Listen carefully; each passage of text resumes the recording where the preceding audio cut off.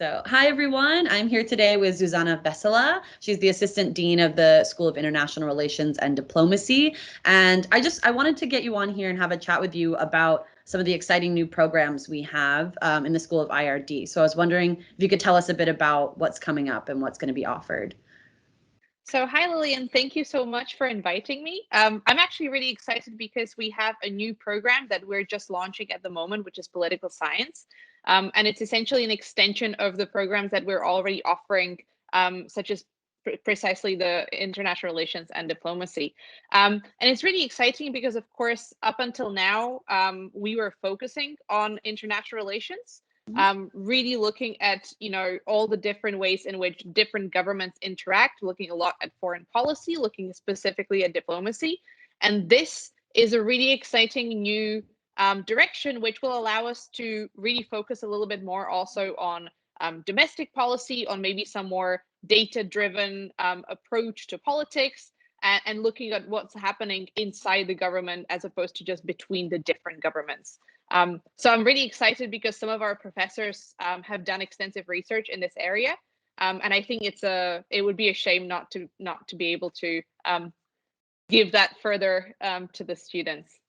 Yeah, and not only the research, but kind of the location that we're in as well. Like, there's a lot of advantages to studying such a thing in Prague and the Czech Republic. Absolutely. I mean, to be fair, sometimes I have to say I'm quite amused. I'm Czech myself. And it feels like, if you want to study different types of government or different types of governance, you're kind of hard pressed to find a better place than Czech Republic, because, I mean, for some reason, we felt the need to try it all. So we've been like, okay, let's try monarchy just in the 20th century. Let's try monarchy, and then let's try liberal democracy. But then also let's try maybe, what it feels like to be under the Nazi regime. And then we felt like, okay, we've tried the, far right, so let's try the far left and let's go full communist. Well, full socialist, I guess I should say. The differentiation between those two being precisely something we would be talking about in class a little bit more detail. And then, of course, we went back to liberal democracy. Then we kind of dipped our toes into democratic backsliding, and that's where we're finding ourselves today. So I think it's a brilliant place because whatever system of governance humanity has come up with, the Czechs seem to be obsessed with trying it out. Not necessarily always to our advantage, I have to say. Yes, true. So what's the difference for someone who might not know, or a student who's unsure which path to take? Like, what's the difference between political science and international relations? Because that is the school that political science programs will be under. But yeah. Absolutely. So I can understand the slight confusion, and to be fair, it is necessary to say that the two fields have quite a lot in common. And reflecting that, some of those subjects that the students would be taking will be joined for the both programs. But whereas international relations, by definition of its name, is really focusing on the way that different countries interact together. And then, of course, it also focuses on some of the other actors in that. So be it international organizations, such as UN or NATO, supranational organizations, meaning organizations that are kind of above the nations, such as European Union. So those would be the sort of organizations and relations we would be looking at in international relations. So you're looking a lot at different foreign policies. You're looking at the relations between different states and how they interact. How have they improved and maybe gotten a little bit more challenging throughout different years. Whereas for political science, you're looking a little bit more at, theories of governance inside states. You're looking a little bit more at domestic policy. You're probably looking a lot more at things that are very data-driven. So, for example, how to formulate policy on different issues, which, to be fair, is quite closely reflected in, where do you want to go after university? What's your professional path? So sometimes if students ask me, well, which direction should I go? Should I pick international relations? Should I pick political science? I think, well, it really depends on what you want to do. If you're thinking of becoming a diplomat, if you're really passionate about, working in foreign policy, or maybe working in an international organization such as the UN, or maybe an international non-governmental organization, so an NGO, then, possibly international relations might be the field for you. But if you're thinking of maybe doing a little bit more, social research, or trying to affect domestic policy, or just do some kind of, policy advising based on research data, then I think that political science might be a really, really good way to go. And then ultimately, if you're unsure, you can always have a look at which specific subjects are offered in the different programs, and just go by which makes you more excited. Yeah, that's a great point, because it's not all generic. There's a lot of really specific coursework as well, and specialization. So could you talk a little bit about like the concentrations, how they work? What are some of the concentrations? Break it down for us. So the concentrations, most important thing to start with is that regardless of which concentration you take, or whether you even choose not to do a concentration, you will always do the same number of courses. So you're always looking at 30 courses that you have to complete. And the concentration essentially allows you to become a little bit of an expert in one particular area. So for example, for the political science, every student in political science is going to have to complete some basic courses, regardless of their concentration, just to make sure that they have the key, the basic blocks of political science. And that would include things such as, introduction to politics, political philosophy, comparative politics, things such as perhaps, nations and nationalism, or, intro to sociology, all of these courses that are pretty important for every political scientist to be really comfortable with. And then you could choose something like, say, conflict and democracy studies as your concentration. And that means that you will become a little bit of an expert in that field. And the idea is that on top of that, basic block of political science courses, you also have 8 courses that are specific to this concentration. And it will appear on your diploma at the end. So it will say essentially political scientist with a little bit of an expertise in conflict and democracy studies. And, the subject there would be things such as democratization and survival of autocrats. It would be things such as political violence, or, non-violent conflict, and how to resolve it. So the theory and application of that. And really, I think it tries to tackle the weird space where we find ourselves today, where, 30 years ago, Francis Fukuyama said, well, history is over, democracy is won. I would not want to be in his shoes today, because I think, every year one student is thinking, wow, I mean, how could have we gotten it so wrong with the rising number of states that are authoritarian or authoritarian leaning, or kind of the democratic backsliding that we experience in quite a lot of states today. So all of that would be some of the things that would be covered in the concentration, focusing on conflict and democracy studies. On the flip side of that, if that's not something you're that particularly interested in, and you feel very strongly perhaps about human rights, then you could equally have, again, that same basis that everyone will have your major classes, but those 8 subjects will be focused on human rights. So in that sense, it will be a little bit more reflective. And if you maybe want to go and work for an NGO, that's perfect, because you'll have classes such as human rights, you will have classes such, international development, or perhaps gender equality in politics. So those classes will be a little bit more geared towards a different area. If you're not sure, you can always just choose not to do a concentration, and essentially it will just give you a little bit more choice, because you will have more electives. And it will be completely up to you which subjects you take. You can choose pretty much from anything offered by the School of International Relations. So be it from IR, be it from political science.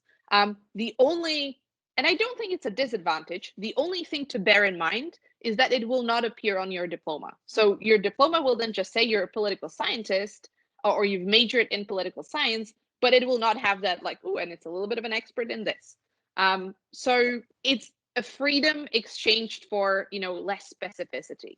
Yeah, so there's more flexibility there. And what about if I chose a concentration, took some courses in it, and started and decided I wanted to change or shift to a different concentration? Is that possible? It is possible, but it depends a little bit on when you make that choice. So when you're applying, we do ask you to kind of tell us roughly what you're interested in, but it's not, that moment is not binding. We will ask you usually after your first or second semester, okay, tell us which concentration you would like to study, because we also have to figure out if, how many students are interested in which concentration. So if you make that decision, say, in after your first two concentration courses, it's not a problem, because every student also gets 5 classes to just choose completely on their own account. So we can just say, okay, well, those concentration courses that you took, you can just keep them as your elective classes. That's fine. And let's have a look at which concentration you would like to pursue from now on.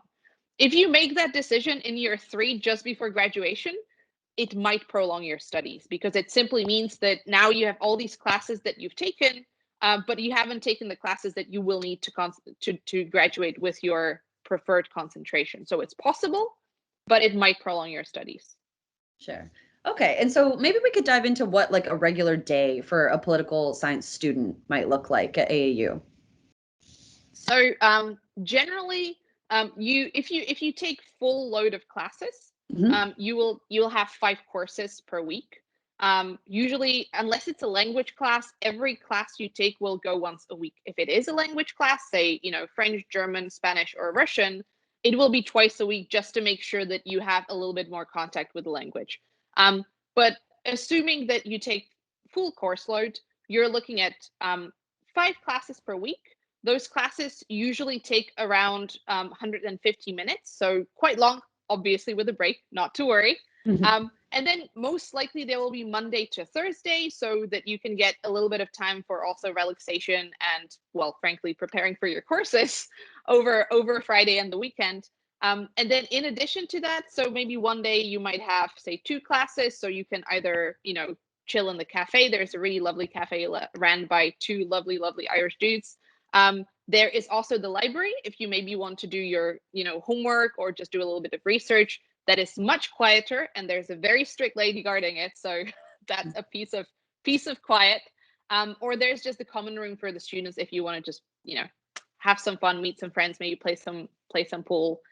So those are definitely some of the options. And that's kind of the educational part of the day. Of course, in the evenings, we do have quite a lot of different extracurricular activities. Some of the clubs, or most of the clubs, are ran by the students. Some of the students we're looking for are really students who can take initiative, and that already shows itself in these clubs. So if you're feeling particularly passionate about, say, the environment, you can start or join an environmental club. If you're feeling really passionate about, say, French New Wave film, you can definitely join the film club and, maybe put some really fun films on. So those would be some of the clubs ran by the students. There are also some events that are ran by the School of International Relations, such as Professors in a Pub, which kind of does what it says on the tin. You can essentially meet a few professors. You're welcome to bring tea, lemonade, beer, wine, and it gives you a chance to talk to them outside of the classroom. Usually we'll have one topic. Say, last one was the changes in relationships between US and the EU. So it will be a little bit of a centralized topic, and it will be a chat between students and professors on that topic in a kind of slightly more relaxed, informal atmosphere. So everyone's very much invited to join us for that. Cool. Yeah, those ones are always fun and well attended. I know it's a very popular event. And there's other clubs too, and there's like other stuff outside of the classroom that's really kind of targeted, especially related to international relations, like Model UN, the moot court clubs. And I also Absolutely. talk to you a little bit about internships as well. If you could maybe give us an idea of what the deal is with internships. So I don't know if this is, we have a policy where an internship is actually an integral part of the study of, be it political science or international relations. So it's actually a course, and it consists essentially of 2 parts, or it has 2 aspects. One aspect is that we provide guidance from our expert on from our careers office on, not just how to write a great CV, but how to write a great CV specifically for the job that you're looking for. Because, the days of sending same CV to like 100 places, I mean, that's going to be tough to get a job with that. So we want to make sure that, your CV is geared specifically to what you want to pursue. Same thing, guidance on how to write your kind of motivation letter, how to conduct yourself in an interview, be it on site, if it's in person, but these days also how to conduct it online, because that seems to be increasingly the way that these things happen, especially if they're international. So there is this level of guidance coming from the careers office. And then the second part of it is the internship itself. So we do want to make sure that, I guess, our graduates have a little bit of they're a little bit ahead, because frankly speaking, once you graduate and you apply for a job, usually the first question that you get asked is, okay, great. So, how much experience do you have in this field? And if you're a fresh graduate, it's very often like, well, Yeah. I read your website. Yeah. So we want to make sure that our graduates are not in that position. And so that, they can just start talking about what their experiences have been already in the field they're pursuing. That said, I think personally, that's one part of why internships are really important. And maybe drawing on my personal experience here a little bit. Obviously, I graduated from international relations and diplomacy, and much like many graduates, I thought, well, wow, I would really like to be a diplomat. So during my master's studies, I went and I was lucky enough to land an internship in DC in the US as at the Czech diplomatic at the Czech embassy. And I was not that keen on the job. Mm-hmm. I thought, well, is this really something I want to dedicate the next, 30 years of my life to? And the answer was, no, I don't. So from that experience, I also think, well, internship is a great way to figure out, is this really what I want to do? And if the answer is yes, and I did have, some other colleagues there who were super excited, then it's brilliant because it gives you the context, it gives you the experience. Maybe it even allows you to just stay in the job because maybe they're really excited and they're going to say, well, you know what, we're looking for someone, you've done a great job, so why don't you stay on? And then you have a job straight out of uni, which is amazing. Or it tells you, well, I should probably do something else. I was torn between academia and diplomacy, and it was a very quick answer in 3 months. So while I didn't have the best time, I consider that one of the 3 most valuable lives in my life. Yeah, definitely.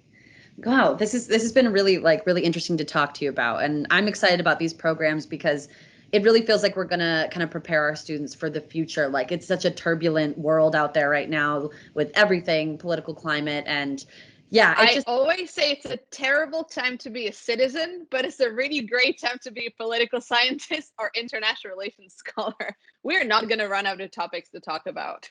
Exactly. Yeah.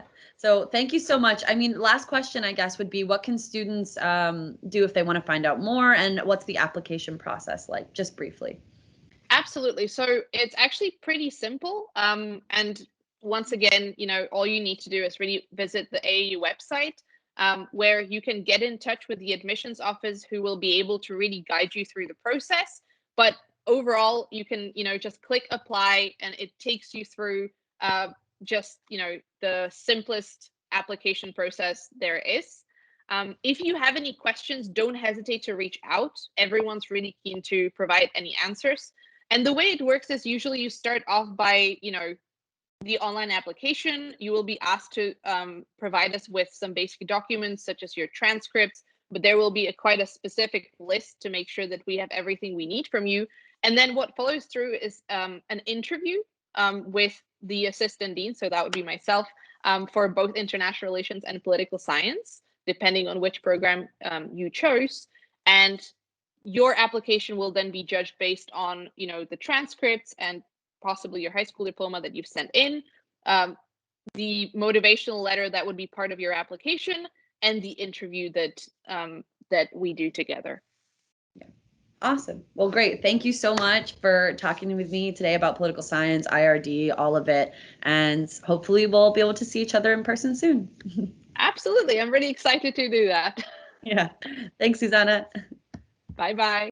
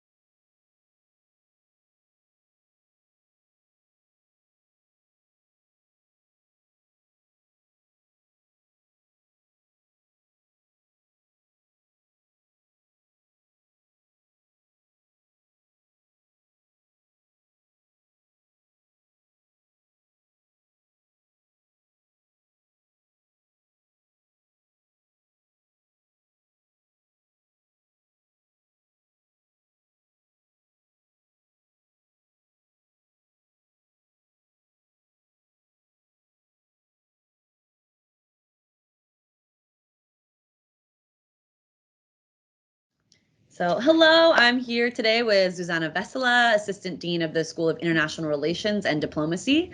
And I wanted to talk to you about some of the exciting new programs we have coming up in the School of International Relations. And so, yeah, could you tell us a little bit about what's going on? Hi, Lily. Thank you so much for having me. I'm really excited actually to talk about this because we have a new program that we're just launching, political science. And I think it's a great companion to the one that is already running, which is international relations and diplomacy.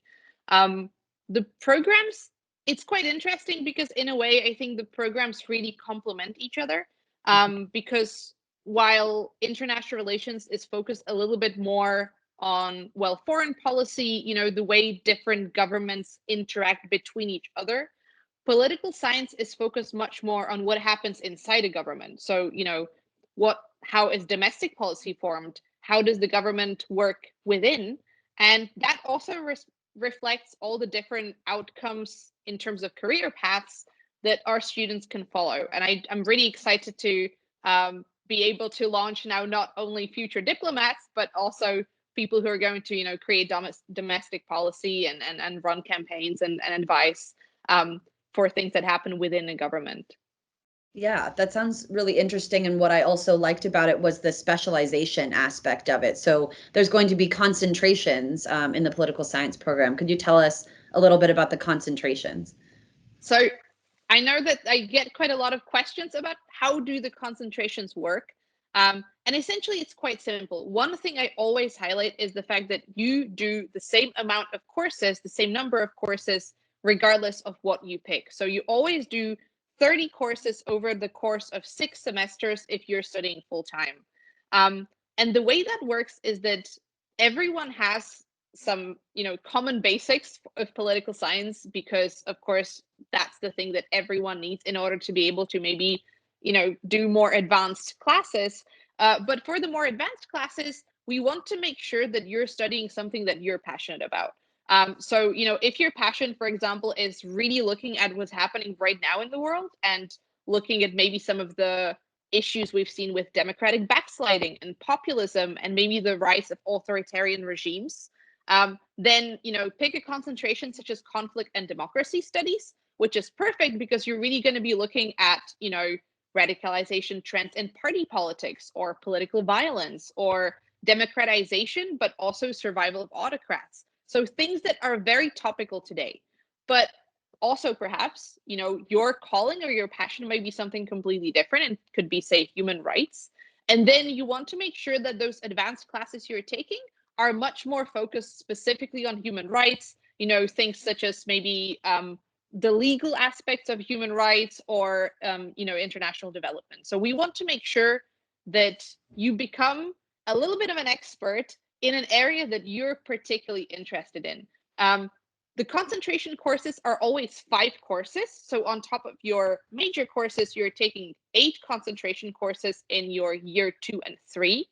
And then, of course, everyone has also just 5 elective courses completely of your own choice, be it from, the School of International Relations, be it from political science, or be it, say, from journalism, or maybe you're really interested in history or languages. So those 5 courses are then completely up to you. Okay, nice. And I also wanted to ask, I mean, since you're doing the interviews for students who are applying for this program and helping with the application process, what kind of student or what type of student really succeeds in a program like this? I think actually the answer is quite simple, and it's not restricted just to political science or international relations. Enthusiastic students. It might sound silly, but I also teach, and I've definitely seen this in my classes. What happens is that if you're really passionate about something, then you're gonna like listen to an interesting podcast, you're gonna like watch a video or read a particularly interesting article. You're going to understand it a little bit more, so you're going to get really good grades on your first exam, and then you're going to think, wow, this is awesome, and you will just become better and better, and it will encourage you to speak more, to discuss more, and you will just soak up knowledge, and it will feel quite effortless and fun. Of course, there's a flip side to that, which is that sometimes that happens to students with maths. that they are not that keen to do a little bit of exercise, then they get a bad grade and they think, oh God, I don't have talent for this. And so you can kind of spiral down in the same way. So I always try to encourage students, take subjects you are interested in, because that way it won't feel like work, but it will be interesting and fun. And actually, that is something I think we try to do with both the concentrations and giving our students a lot of possibilities with elective classes, just to make sure that, you form your own studies. You decide which subjects you're taking, and you get a chance to, take subjects that you're actually interested and passionate about. Of course, you do need some basics. If you're studying, political science, you will have to do, say, comparative politics. But apart from that, when it comes to the more specific classes, we want to make sure that, they're filled up with people who are really interested. And to be fair, it's also mirrored in the size of the classes. So we have quite small classes to begin with. They're just 25 students maximum. But if you're going up through your, say, concentration classes, getting more specialized, then you're probably looking at a much smaller number of, 10, 15 people who are really, really passionate about the same thing as you are. And I think that that's, that gives the best education possible. Yeah, that also makes me think that you not only get to know, your classmates really well, but the faculty. And I mean, the faculty, some of them have been doing some really amazing research outside of class and things like that. I mean, there are opportunities that come up from that kind of small environment. Absolutely. Well, first of all, your teacher, all of your teachers will definitely know you by name. There is a flip side to that. Also, if you fall asleep in class, you will be picked up on. And it has happened, so I can confirm that. But also definitely, quite a few of our faculty are very active in research. In fact, for master's students and also for the last year, so graduating BA students, there has been a research project where students participated and they were invited to join the faculty in research on police interaction towards protesters in different parts of the world. Here we really capitalized on the fact that we have super diverse student body. Yeah. It's great, but it's nowhere better than when you're studying something like, political science, because you can then really have a look at, what happens, say, how does populism look in South America? How does it look in Ukraine? And then probably you have people from those countries right in your class, and you can talk about, what are the similarities, what are the differences. And so the same thing happened with the research. We had students from, eastern parts of Europe analyzing the police. We had students from eastern part of Europe analyzing the differences between interactions between police and protesters in Belarus or in Ukraine. And we had different students maybe from South America analyzing same events happening there and in the US and in France and in Hong Kong. So it really allows us to integrate students into the research. But of course, we also have faculty who are, professionals. Yeah. So we do have some professors who have, for example, been, US diplomats for a long period of time, and then they transitioned into academia. So there's quite a large variety. Yeah, it's exciting to learn from and exciting people to learn with too. So yeah, well, thank you so much for talking a little bit about this. I mean, there's going to be a lot more information about the new programs on our website. So if you need more, I know you can reach out to our admissions team. They're always happy to help students through the application process. But thank you, Zuzana, for talking with me today about it. Thank you very much, Lily.